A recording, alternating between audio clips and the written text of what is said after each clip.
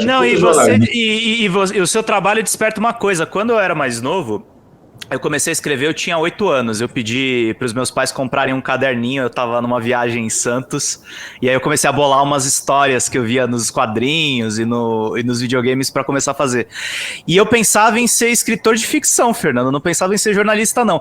Quando eu viro jornalista, acontece uma merda que acomete todos os repórteres que vão cobrir os fatos. Eu fico preso nos fatos. Então, ler o teu livro, de uma certa forma, é um certo talento, porque você meio que faz o meu trabalho, só que por outras vias, o que é muito legal para as pessoas que vão atrás de alguma literatura sobre isso, porque é muito importante, sim, pelo lado da ficção você contar, porque acho que é mais fácil também entender. Eu acho que organizar isso na narrativa dura do jornalismo ainda não é possível, até porque a gente não tem algumas respostas do próprio Bolsonaro. Bolsonaro meteu sigilo de 100 anos em um monte de coisa. Então tem vários buracos na história, que ainda vai demandar tempo de apuração nosso. Então, deixa Então eu a só gente colocar tá. uma. Vai lá, Deixa eu pode colocar falar. uma questão aqui, porque é o seguinte: existe então.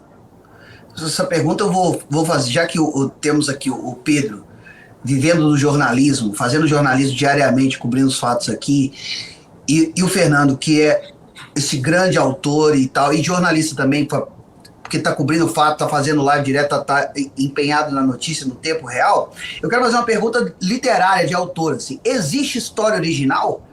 Porque assim, não tem como você criar algo. Não existe.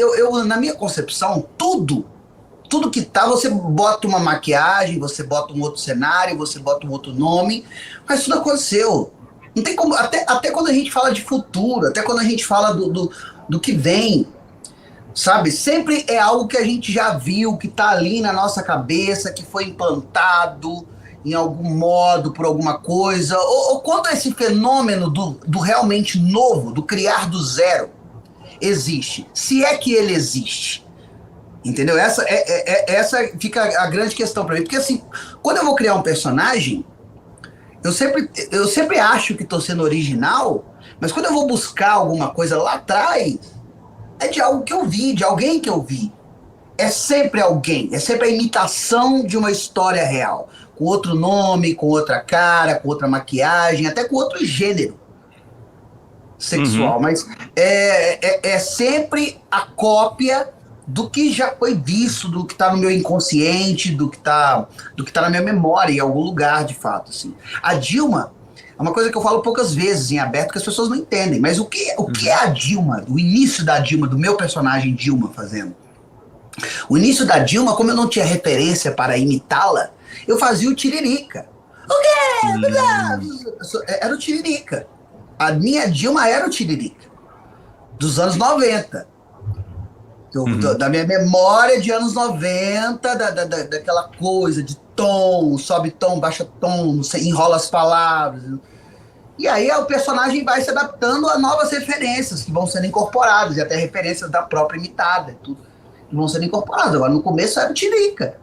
Eu tenho plena consciência que eu fazia o Tiririca. E que foi é isso, entendeu? Então a pergunta que fica assim: existe algo de novo? Existe uma criação genuína como Deus que para o nada e do nada diz haja luz e houve luz? Existe? Cara, não.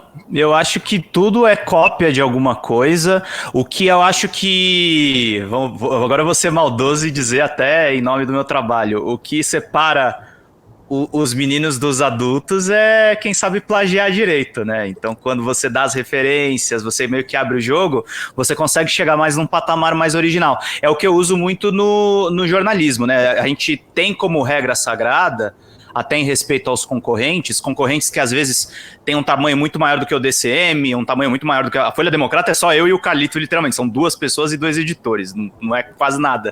Mas você respeita a autoria de fonte, né? Às vezes você dá sorte e dá um determinado furo, mas é engraçado, esse respeito não é muito recíproco, porque acontece também o paradoxo do jornalismo, que é quanto mais você cresce, mais arrogante você vira e menos humilde você passa a acreditar aquelas pessoas que deram sorte, às vezes, de topar com uma informação que você não topou, que algum aspecto do fato que você não viu. E é por isso que eu respeito muito ainda, é uma coisa que eu me policio muito, não tô dizendo que eu não tenho episódio de arrogância, tá, gente? Todo jornalista que disser pra você que não é arrogante, ele tá mentindo. Não é verdade. Todo mundo quer ficar em cima de algum tijolinho, mas eu tava até, antes de entrar com vocês aqui, eu tava seguindo uma menina no Twitter, que ela fez uma capa pra Carta Capital um tempo atrás, e eu acho o trabalho dela maravilhoso. Ela tem, tipo, 20 anos, e ela fez uma super apuração na época da Operação Spoofing. Então eu sempre fico de olho nesses talentos, às vezes, que não é o cara mainstream da Folha, não é o cara mainstream do Globo, ou mesmo nas mídias progressistas, o cara que está se destacando na revista Fórum, no 247 do DCM. Eu fico no radar nesses talentos não, porque tem muita gente boa fazendo trabalho aí que às vezes não recebe o devido crédito, tem pauta copiada à beça, chupinhada de todas as formas. É claro, o trabalho da exclusiva, ele tem um tiro curto, né? Você publica a exclusiva, depois aquela informação meio que se torna pública, né? E aí é o trabalho de você ir atrás de uma nova informação. Eu acho que tem umas similaridades disso um pouco com a ficção, né? Eu acho que tem livros que fazem história e aí depois saem 500 imitações, né, Fernando?